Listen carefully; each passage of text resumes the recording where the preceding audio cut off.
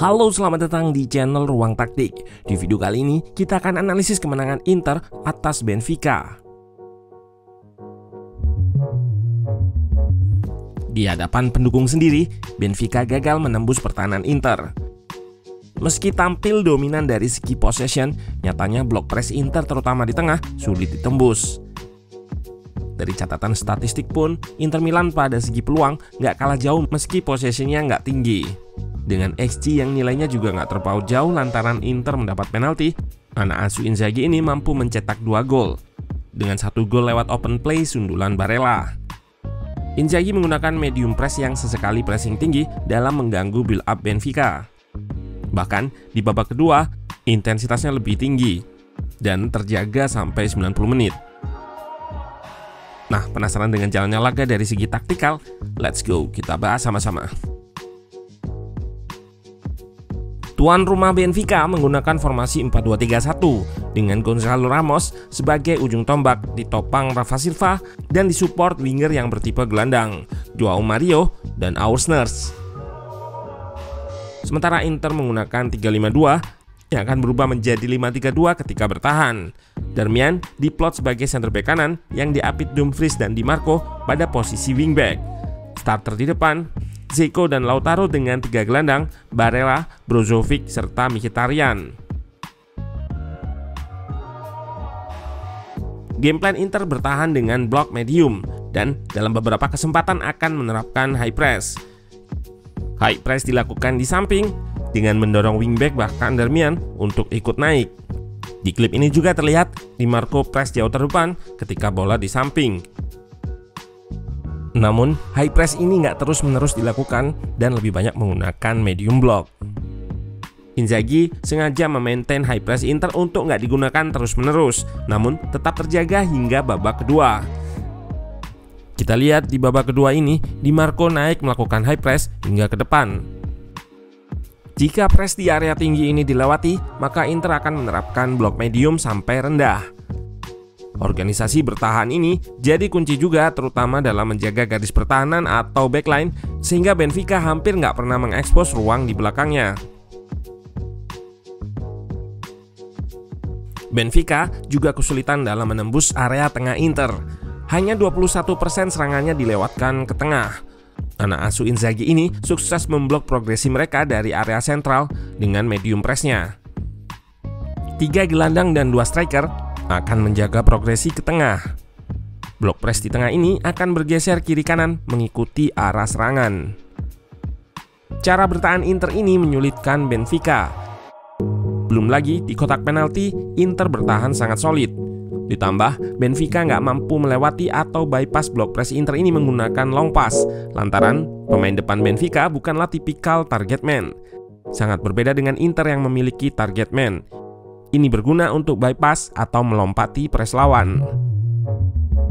Kita bisa lihat ada 2 pemain yang berdiri di ruang antar lini.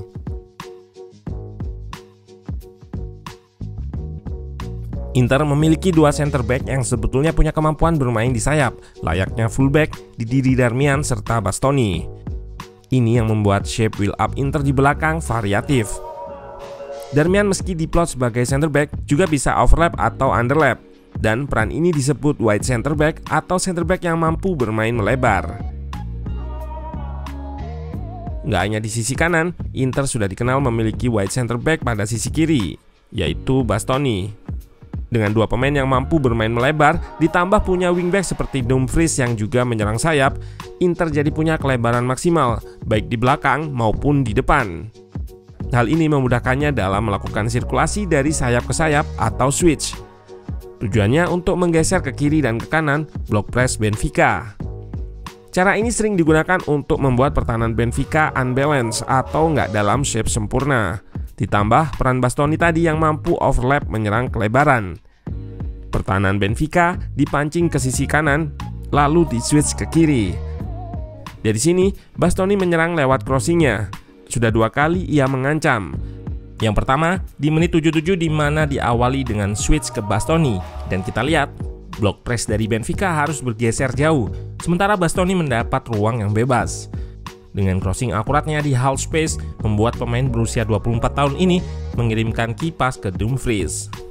Skenario yang sama dengan gol pertama Inter, bukan? Well, di gol pertama Inter ini bedanya, sirkulasi bolanya nggak direct atau switch, tapi pakai sirkulasi ke belakang dulu, namun konsepnya sama, memindah serangan untuk menggeser blok press lawan. Dan juga sama, Bastoni kosong, lalu ia mengirimkan cross ke Barella.